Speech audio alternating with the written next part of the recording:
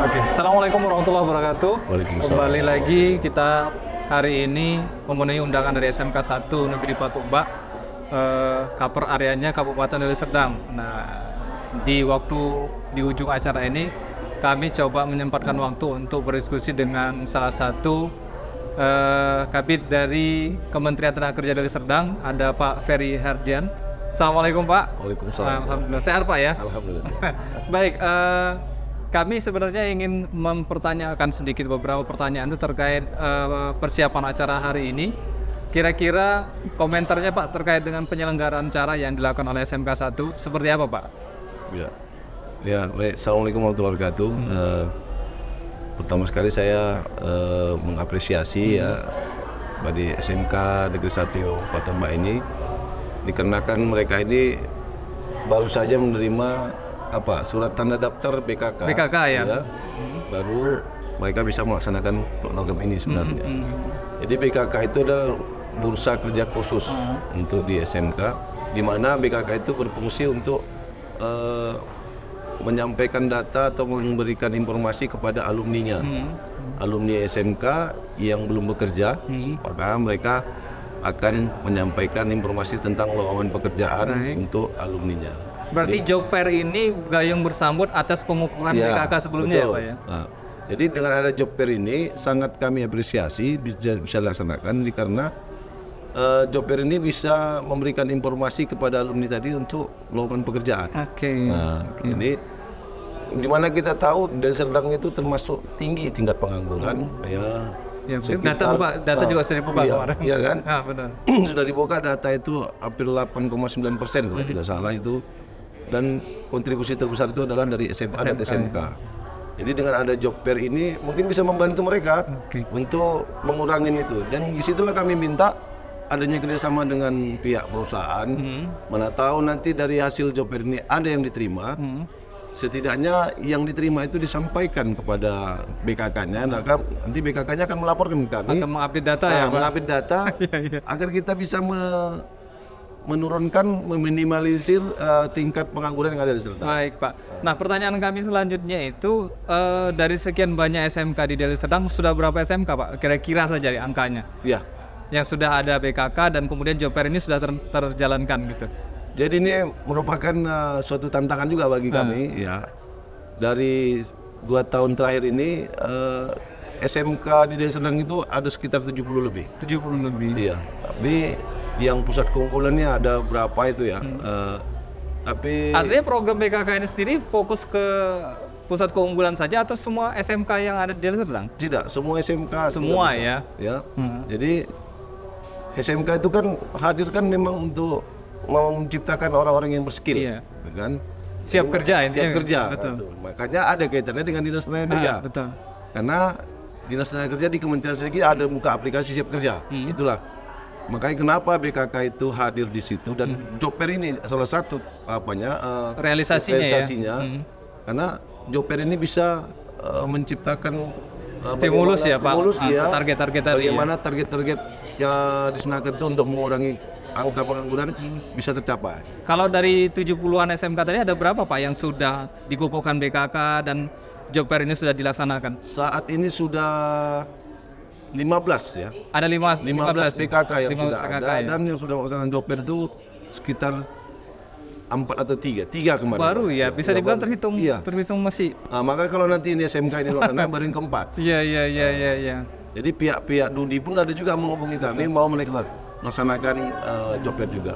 Istilahnya job fair ini pemantik ya Pak ya? Iya betul. Untuk realisasi dari kerja keras kita lah, gitu kan? Supaya kita tahu COVID kemarin banyak pengangguran yang perusahaan Deli Serdang ini dari 2000 perusahaan tinggal 1.200 yang masih aktif, dan itu pun keadaannya agak goyang. Dari 4 tadi Pak, atau 3 katakan, yang sudah terrealisasi, persentase keberhasilan dari pelaksanaan job fair itu sendiri berapa persen Pak? Iya, kebetulan kami kan baru minggu lalu ya. Minggu lalu sekitar mereka belum melaporkan ke kami. Belum lapor ya? Tapi katanya melalui admin BKK kita, nanti Pak kami sekaligus melaporkannya. Jadi ini belum ada, ya.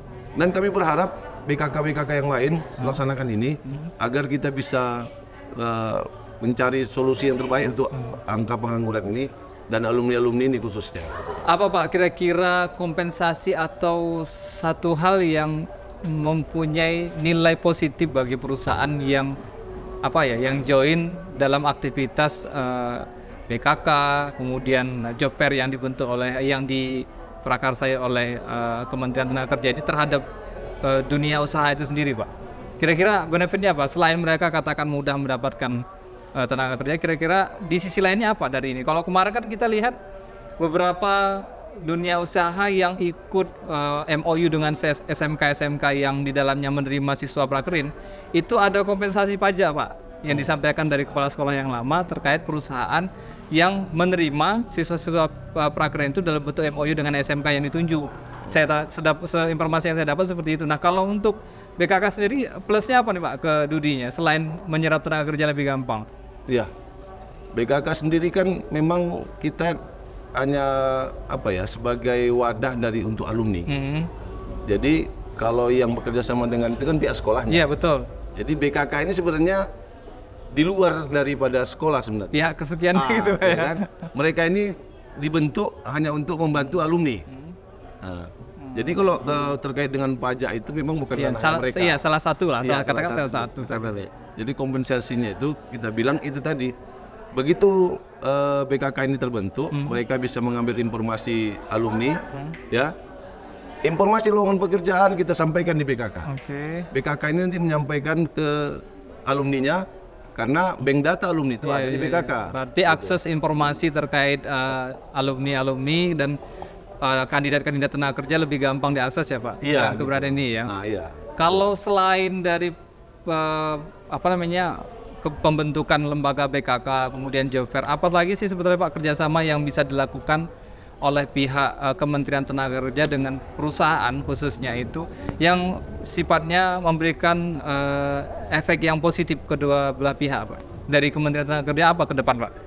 Kalau seperti itu, kalau dunia kebetulan saya ini bidang penempatan tenaga kerja, betul. Ya, dan perluasan kesempatan kerja.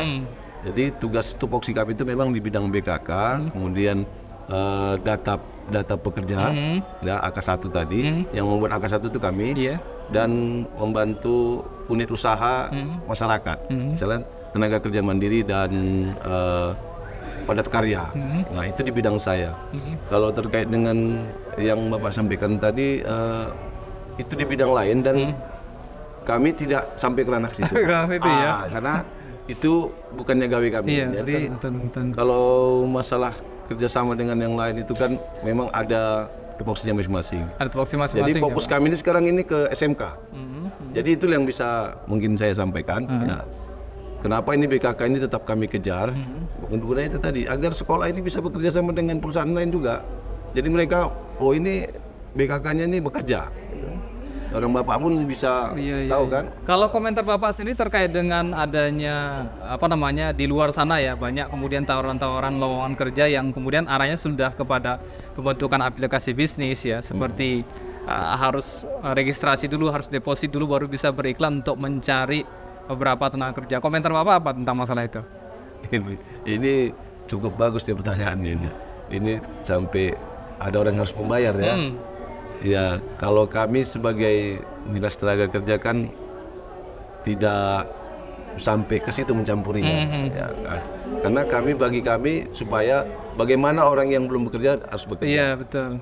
Tapi kalau ada yang mengatakan harus mengambil itu, saya rasa itu tergantung dari kemampuan perusahaannya. Ya, apa mungkin kondisinya ada satu kondisi antara pihak Kementerian Tenaga Kerja dengan pihak Dudi ini yang komunikasinya yang kurang intens sehingga kemudian akhirnya terjadilah celah itu tadi. Saya katakan begitu. Mungkin di situ saya katakan tadi kita mungkin butuh di mana keberadaan Kementerian Tenaga Kerja membangun komunikasi yang intens dengan pihak perusahaan agar kemudian menutup ruang itu atau minimal memperkecil ruang itu dan memberikan kesempatan yang besar dari pihak sekolah yang memiliki badan PKK dengan pihak Dudi. Iya. Mungkin gambarnya seperti itu Pak. Apa kira-kira langkah-langkah yang mau dibuat? Ya makanya kerjasama tadi sebaiknya kan kita berkecil ya yang seperti yang harus membayar atau gitu kan. Karena kalau yang harus membayarnya untuk apa BKK ini hadir? Iya, Kan? itu yang Kan gitu kita kan? pertanyakan seperti itu. Gunanya BKK ini kan memang membantu alumni Iya. ini ada ini loh, ada lowongan di sini anak-anak gitu kan. Sementara perusahaan ini kan sudah kerjasama Betul, dengan BKK ini. betul. Berarti kan tidak ada lagi gap, Betul. kan gitu. Makanya ini langkah bagus bagi alumni itu agar tidak melalui calo lagi gitu. Iya, Kan gitu iya kan? betul. Ada broker dari menutup istilahnya ya kan, dia broker itu tertutupi dia. Jadi si alumni kan lebih percaya dengan guru-gurunya. Dan guru-gurunya kan pasti mencari solusi untuk terbaik untuk alumninya. Oke, pesan Bapak dan harapan Bapak ke SMK, kemudian ke siswa dan ke orang tua siswa apa kira-kira Pak Ya. terkait dengan program ini? Kalau ke SMK ya tetaplah ya menciptakan anak-anak yang selain smart juga skill dan integrasi yang tinggi dan attitude ya.